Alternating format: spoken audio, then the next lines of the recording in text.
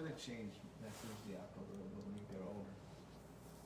We're holding in page 30, Tractate Pesachim, Perek Sheni. Name of the chapter is called Shor. Amar Rava Hilcheto Chametz B'Zmanoi Ben B'Minoi Ben Shaloi B'Minoi Also B'Mashu.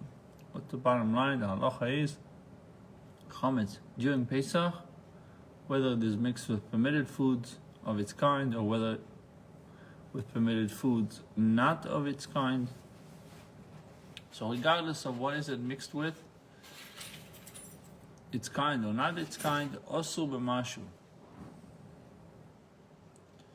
Kirav, it is forbidden, even if Present. even if present only in a minute concentration, as our rules. Shaloi b'zman. If chametz mixed with non-chametz foods not during its time, after Pesach, ben b'minoi, ben shaloi b'minoi, whether it is mixed with foods of its kind or whether with food not of its kind, mutar kir Rabbi Shimon, it is permitted even if the chametz is present in sufficient concentration to impart flavor in accordance with the view of Rabbi Shimon, the chametz which remains after Pesach is not forbidden. So Shaloi B'Zmano is referencing to after Pesach, whether it's mixed with its kind or not its kind, according to Rabbi Shimon is permitted. Did Rava really say so? That chametz also b'mashu, if it's mixed with its kind or not, even if it is mixed with permitted food not of its kind.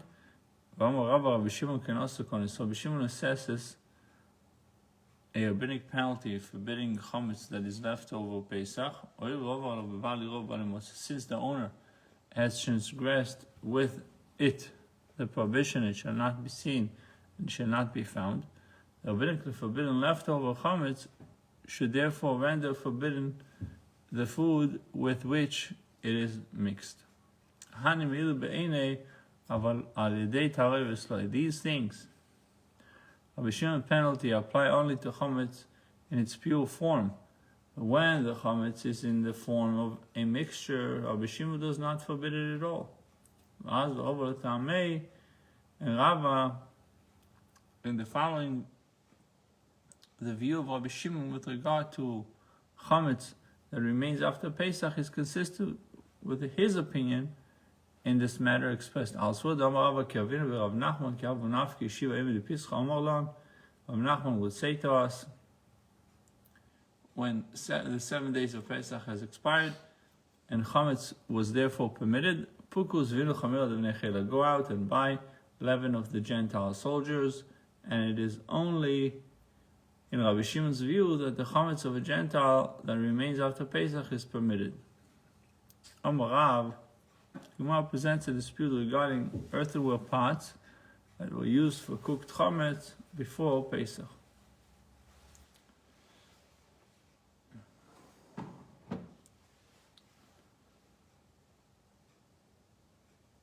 There's the Pesach Yishovu. Earthenware pots used for chametz must be broken with the advent of Pesach, because of the chametz flavors that they contain. Why should we break them? Let one keep them until after Pesach, and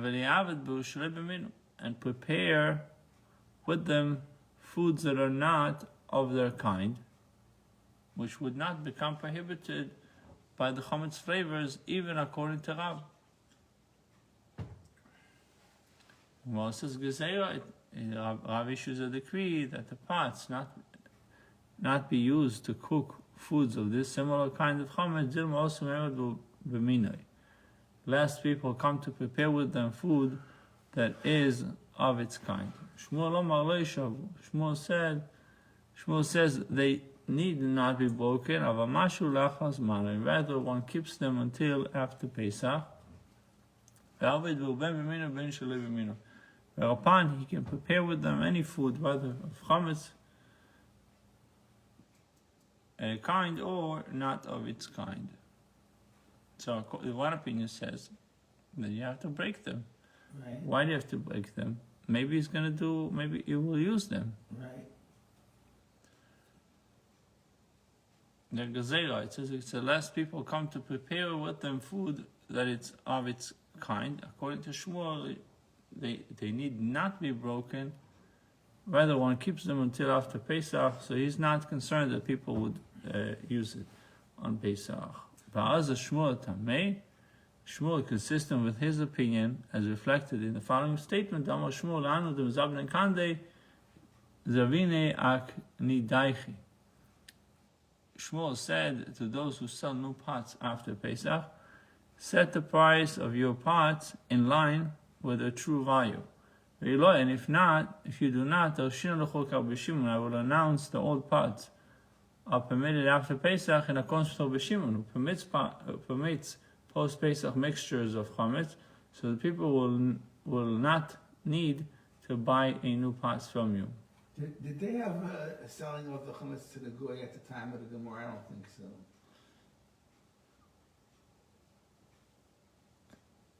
I believe they did. They did? Okay. Because you can argue, why didn't they sell the pots, and that's it. Yeah. That's where I was going with that. But okay. But even if the prices for pots are not inflated, let them announce to them that old pots may be used. For Shmuel indeed holds in accordance with the view of Rabbi Shimon in this matter stated above. So the Gemara answers, Asri de Rav Hava, it was the jurisdiction of Rav that this incident took place. It says in 13, this incident took place in a town that was under Rav's jurisdiction, where the people were obligated to follow Rav's opinion. Still, Shmuel threatened to reveal his own opinion to the people in order to force the vendors to keep their prices fair. Okay. The Gemara cites another ruling predicated on the impossibility of fully purging earthenware of its absorbed flavors. There was an oven that they greased with a coating of animal fat on the inside before baking bread in it. Also, Rava Bar Ahilai forbade the eating of the bread. Why? Think about it for a second. Why would it be forbidden? You ever seen a fleshik bread? No. Why? Because it's against halacha to do a fleshik bread. Why is it against halacha? Because if you make a fleshik bread, somebody might come by mistake to eat it with cheese, with dairy. Right. So over here, you said afilu b'milcha, even plain salt. Well, you can get bread with milk. Where? Okay, I didn't see it. You're going to go to the store now, you can buy dairy bread? The Aroma? in Winn-Dixie. Not in the kosher. They have OUD bread. OUD bread? You have OUD cookies. Cookies, yeah. Not, I didn't see bread. It's Because all- bread would be a problem, because people might come to eat it with meat.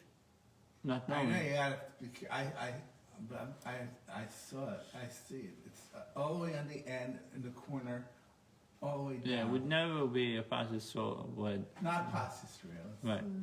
So the Gemara says, the oil always, what do you mean by always? Since, it says in 15, since the bread had absorbed meat flavors, he forbade eating the bread, not only with dairy products, but even plain.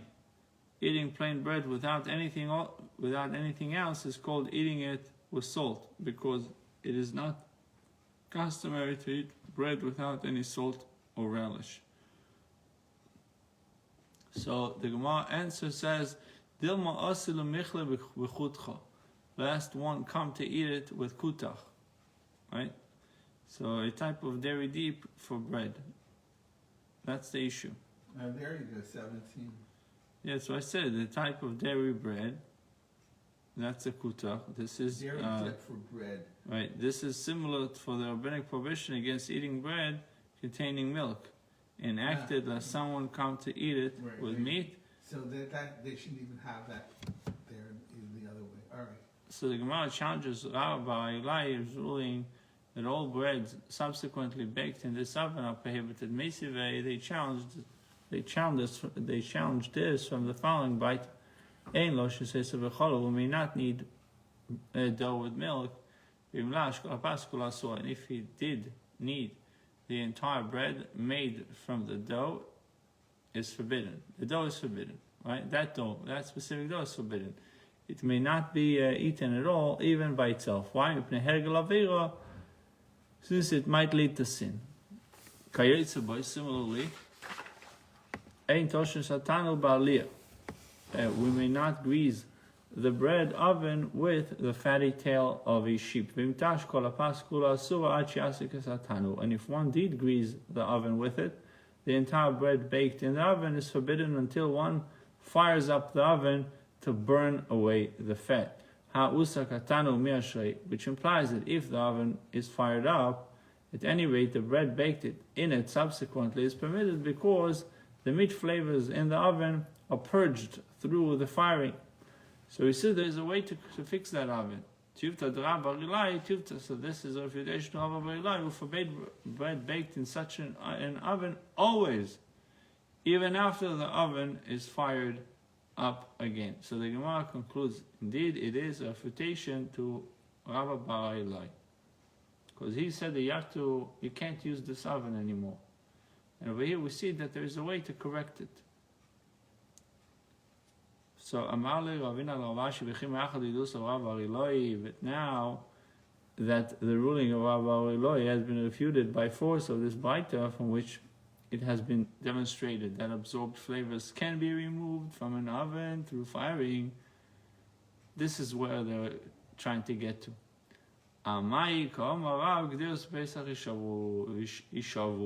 Why did Rav say that earthenware pots used for chametz must be broken with the advent of Pesach because of the chametz flavors they contain? Why is it not sufficient to fire the pots and so remove the forbidden flavors from them, as stated in the Brisa?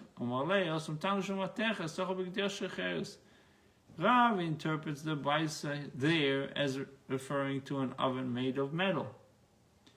As here Rav is dealing with a pot made of earthenware. By Sema, and if you prefer say, at both this bite concerning the oven and this ruling of Rav concerning the pot refer to utensils made of earthenware. There is a difference between firing up earthenware oven and subjecting earthenware pots to fire.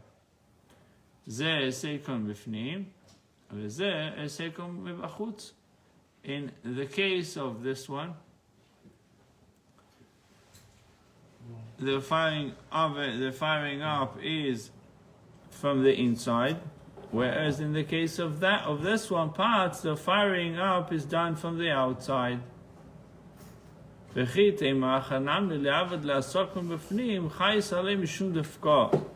Another concern, that's something that I was thinking about also, that maybe it will break. It often splits as a result.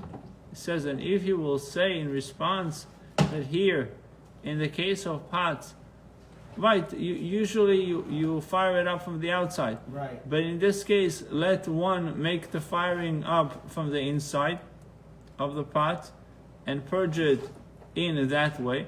So the Gemara says, I will answer that Rav did not allow this, for he was concerned that one might spare it from being fired from the inside because it often splits as a result. So in the right column, the second paragraph, it says, based on this, the Gemara rules, Ilka chai buchya, eisekum b'chutzu v'asu. Therefore, in the case of this tile ring, what's a tile ring? 6. It seems like another type of. Another earth. This was an earthenware ring, whose inside were sometimes greased and used for baking and firing bread. I'm wondering if, like if something, earthenware is tuma, you could break it up and then redo it, right? Yes. But in this case, I don't think you can even do that because it still would have the flavor in it. No, but if you break it up and you fire it, you can fire it. You're not concerned that it's going to break. It's already broken. No, I know. It's already, okay, let's say that originally said you could break it up. You have to break it up, right, before Pesach, originally. So if you break it up, could you use that, like, recast it? I think so, yeah. I think so. It says, Shvirosei takanose. Once you break it, that's a takana. So then now you can put it together. Okay. I'm sure there's machlekes on this also. But, so we learned that if you have earthenware vessels before Pesach, that you used for chametz, you need to, one opinion says you need to break it. One opinion says that you don't need to break it.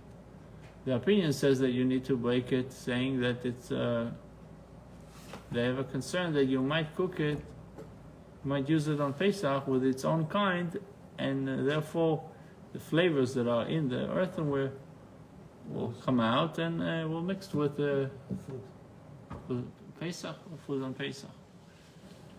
The opinion of Shmuel, you don't need to break it. He's not concerned about it. So the Gemara brought example from an oven that was coated with fat meat, fat, okay? Fat, and it was greased from the inside. So it says that it needs to be you're not allowed to eat the bread. Because of the fat? No, because now it's a fleshig bread, and now it's meat bread. Even though there's no meat inside the bread, but the flavors of the meat are in the bread. Uh-huh. And what's the problem with eating meat bread? The rabbis were concerned that you might It's with milk.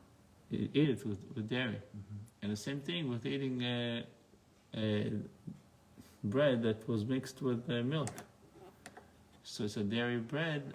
There's a concern that you might eat it with fleshik. Mm-hmm. So it's a challenge for argument because it doesn't say over here that we need to break the oven. It just says that the bread is forbidden. And the way to correct it is you purge the oven, you do like a gala to the oven, you burn it from the inside, you fire the oven again, and you get rid of the fat, and then you can use it. So the Gemara said, no, there's two different ovens. There's one of metal and there's one of earthenware. Mm-hmm. Earthenware is a problem. Why? Because usually earthenware, the heat comes from the outside, not from the inside. Metal, the heat comes from the inside. So he says also, maybe it will break. If you would say to purge the earthenware from oven from the inside, it might break. So that's why they're more concerned about earthenware oven. Now the Gemara says, "Ilka chai buchya esekom b'chutzu v'osu v'mali gumrei shapir dami." Therefore, in the case of this tile ring is another type of earthenware ring. Its firing is done from the outside, and bread made in it after it is greased with fat is therefore prohibited. But if he filled it with coals, firing it from the inside, it is satisfactory, meaning that if you somehow are able to get rid of the fat over here it brings a proof that even with earthenware vessel, over here it calls it a tal ring, you can somehow get rid of the fat by putting coals inside it. So the Gemara discusses the law regarding knives that have absorbed chametz flavor.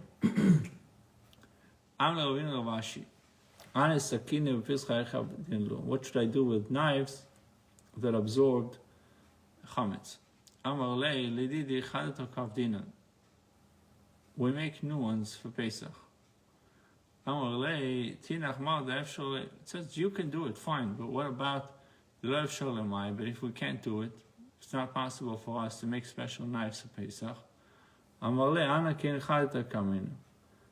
I did not mean that I have special knives made for Pesach. Rather, that I meant, what I mean is that I have my knives purged so that they are like new. Meaning he does a gola. I first wrap their hats in clay and then place the iron blades in fire. And then I remove the clay and immerse their hats, their hafts in boiling water. But both the hafts and the blades, I guess it's referring to the handle, are purged with boiling water. That's what we do at Gala. And in a primary vessel. The pot in which, it says in 12, the pot in which the water is actually cooked is called the Kli Rishon, primary vessel. Okay,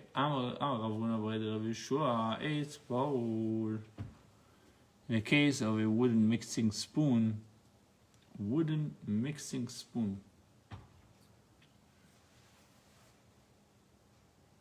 what do you do with it if you want to use it for Pesach? Boiling water.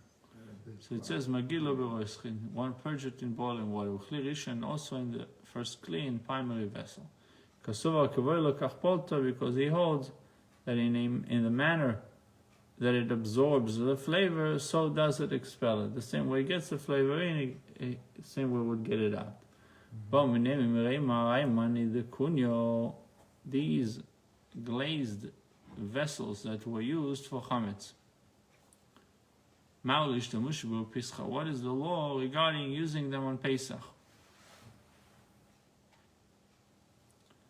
Regarding the green vessels, there is nothing for you to inquire about. So what is the question? Glazed vessels that were used for chametz.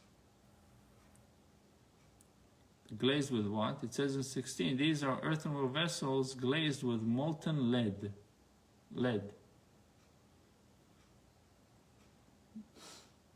Sometimes lead is found in the walls, right? Yeah, and around the windows still, it's my experience. If it's old homes that were built in... before 1978. Yeah. Lead is more. It's a kind of...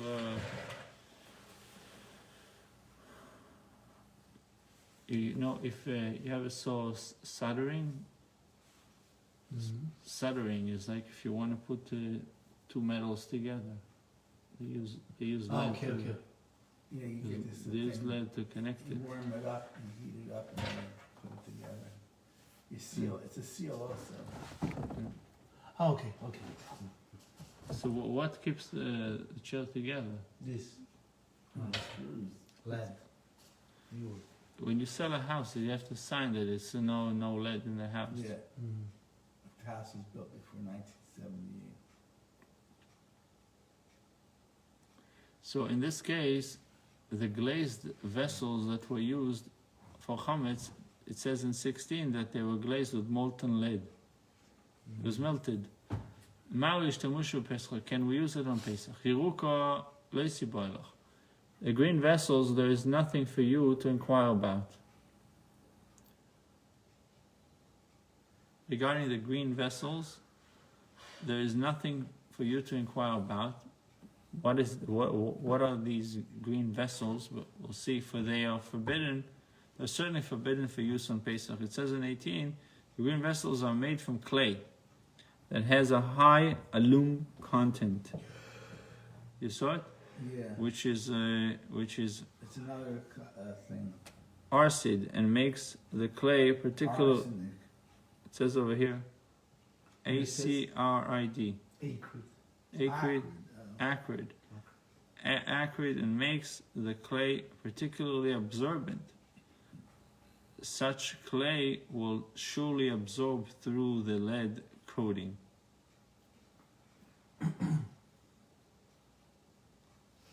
So somehow this green vessels, are made from clay, but they have a high alum content, maybe aluminum. You know what's alum? Alum, I don't know. Alum. Alum and alum. Which is acrid and makes the clay particularly absorbent. And so the Gemara says these type of vessels, vadaya sire, they are certainly forbidden for use on Pesach. What should be a matter of inquiry to you? What is the law concerning black or white ones? And furthermore, where they have cracks, there's also nothing for you to inquire. If they have cracks, for sure they are forbidden. What should, and it says in 20, because the flavors certainly penetrate into the earthenware interior through the cracks in the lead. So, what should be of inquiry to you? The Shi'ei Mai, what is the law concerning those that are smooth? I see that even these glazed vessels sweat. So it is evident that they absorb and are thus forbidden. The Torah has testified regarding an earthenware vessel, it never leaves its states of defectiveness. Which means it's forbidden now, not to use it. It never leaves its walls. So whatever it absorbed, it doesn't go out. It stays there. Yeah. And why is it different with regard to yain nesach wine? Right? The dorish merema, when we said the nesach wine can refer to wine actually used for idolatrous libation. Right. Actually used. Right. So the dorish merema, my dekonia glazed earthenware vessels that contained a Gentile's wine. Ben ukma, ben chiro, ben yuruke, whether those glazed vessels are black, white, or green, show are permitted for use. Why are these vessels permitted in the case of nesach wine, but not with regard to chometz?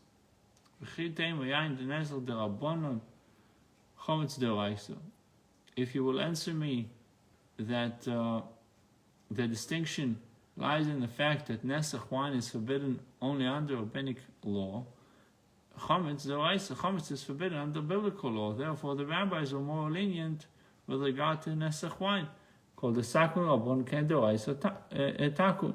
But that is not a reason to legally distinguish between these two cases, because the rule is that whatever law that the rabbis enacted, they enacted it in the manner of a biblical law.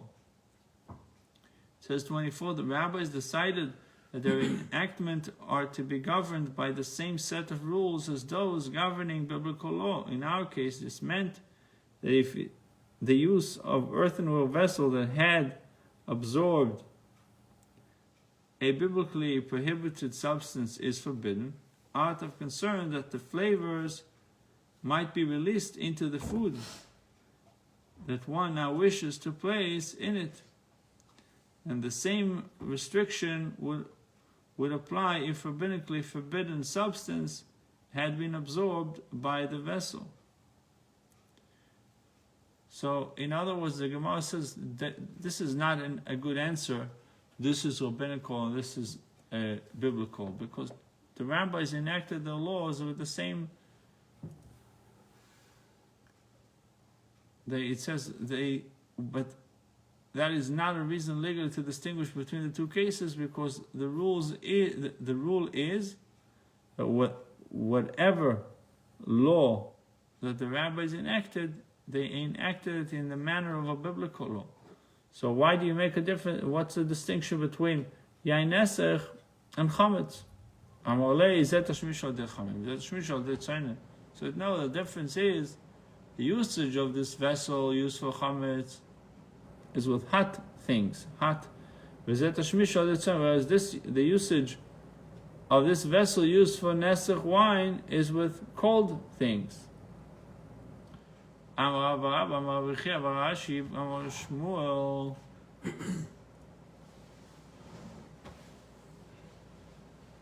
כל הכלים שנשתמשו במלחמת בציין, משתמש במצה חוץ מן בישראל שחמוצה kosher. All vessels that were used for chametz while it is cold, one may use for matzah on Pesach. Chutz min beise'oil. The exception of sourdough holder. It says in 28, this is a vessel made of earthenware in which sourdough is soaked, sometimes overnight, which may not be used on Pesach, even though its usage during the year is with cold things, since the sourdough's fermentation is intense. It says in 29, the intense fermentation caused by extended soaking causes the flavors of this chametz dough to penetrate into the walls of the vessel as if the chametz had been heated in it. Because you got to keep it overnight. Yeah. But the Gemara says, Pshita, it is obvious.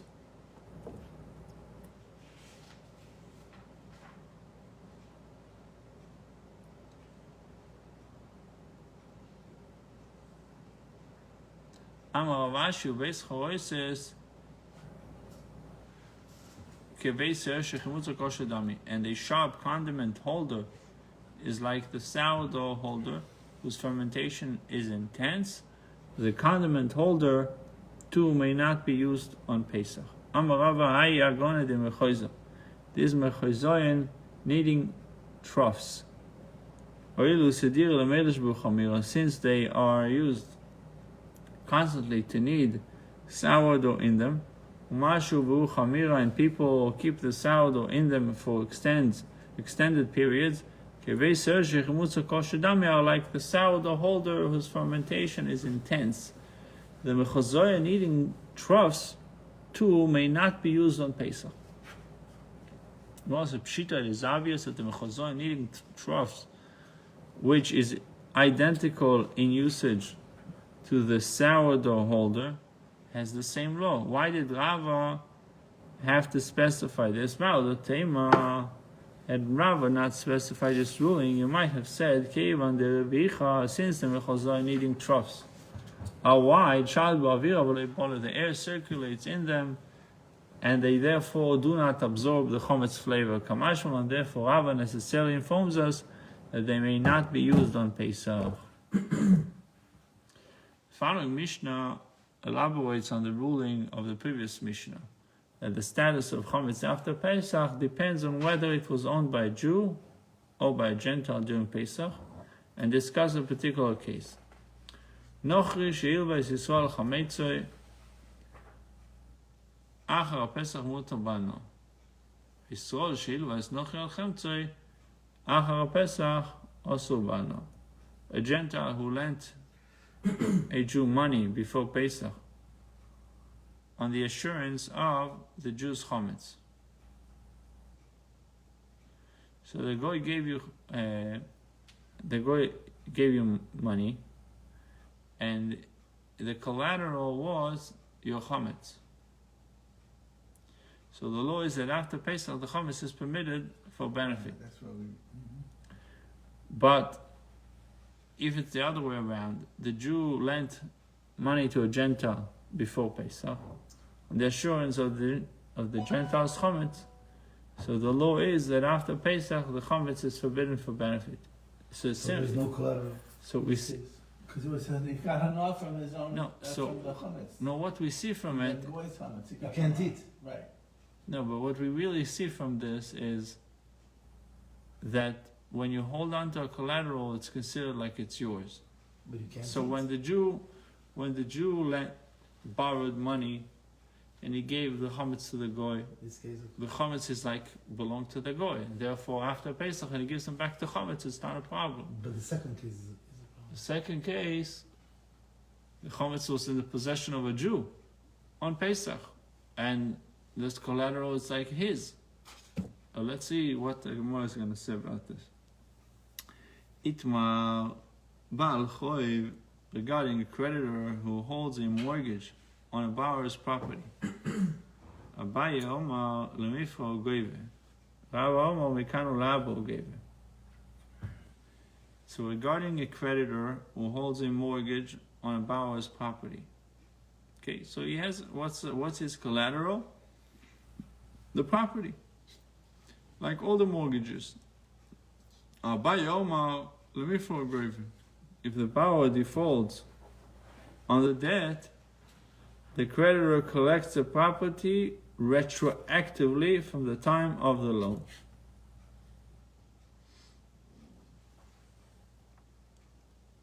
What does that mean? He collects it retroactively. So it says in 36, Abai maintains that once the debt is in default and the lender forecloses on the property, it is established retroactively that the mortgage property was the lender's all along from the moment that the loan was made. Really, in other words, what it's really saying is that your house is not your house. It really belongs to the bank. And when the bank stakes it, God forbid, if the bank stakes the house, it shows that retroactively he owned it all along. The bank was owned it really, all along. yeah, the bank was the true owner the whole time. Right, you borrow from the bank and collateral is the house, so if you default, it's theirs. So it was all. But it's not just, it's theirs over here. The chiddush is that it was all along, it's showing retroactively that they owned it the whole time. And also with property taxes. Yeah. If you don't pay, they take the house. Right, so so you could say that the state owned your house all along. Right. So what is the connection with the chametz? The chametz is always from the goy. It's always yours and never a collateral. So you can eat. So this is really challenging what the Mishnah was saying. And seemingly a challenge to what the Mishnah was saying, because if a Jew gave the... Oh, actually it works out, because if it works out with the Mishnah, because the reason why the chametz is forbidden or permitted in the case of borrowing from a Jew, from a goy, it shows that the collateral was always his. So therefore, it's his chametz, and there's no problem with it. So if he gives it to you after Pesach, it's like new. Right, it was always the goy's, and then the goy gives it to you, so it's a matana, and then you're good. It's like when you're paying the mortgage, you paid off the mortgage, and the bank gives you paper that your mortgage is paid off. That's really a new house that you're getting. It's as if you're getting a new house. You're just getting a house now, even though you lived there for 30 years. Except the Wasn't tax, yours. you never get from the tax man. Is there places where you can buy land and not pay real estate tax? Maybe if we buy an island that's not in the jurisdiction of somebody, other country. Uh-huh. I mean, I don't know where we can find this, but So the Gemara says, but we see two opinions. We have Abaye and Rava. Abaye says Lemafreo Goiver, which means the creditor collects the property retroactively from the time of the loan. He is the owner this whole time. which is not always good for the bank or for the lender, because it means that all the other obligations were from the onset, from the beginning. Rav Omar Mikanu La'abu Goiver, he collects the property only from here on. It was the Bauer who consecrated the property, Vezabin Loive, or the Bauer who sold the property. If no one disputes that in the latter case the lender may come and collect the property from the buyer. This doesn't help if somebody has a mortgage and he sells his house to someone else. It doesn't take away the mortgage. The mortgage is still on the house until it's satisfied. It doesn't change anything. Now, let's say he's trying to be a wise guy. A guy bought a house and he consecrates the house to Beit HaMikdash. He has a mortgage on it. It still has. Says where it was that the Bauer who consecrated the property, or the Bauer who sold the property, no one disputes that the lender may come and collect the property from the buyer. He tells the buyer, listen, either you pay my mortgage, even though you did not take the mortgage. The mortgage is from someone else. If you don't pay it, I'm taking the house. That's why there's a title search and title insurance. And it's consecrated. Lien search. It's made for these things, that you buy something to know if there is a mortgage, you want to know what to pay for the mortgage, and you got to pay it off before you buy the house. So you have the whole closing. Disclosure? Yeah, you have when you close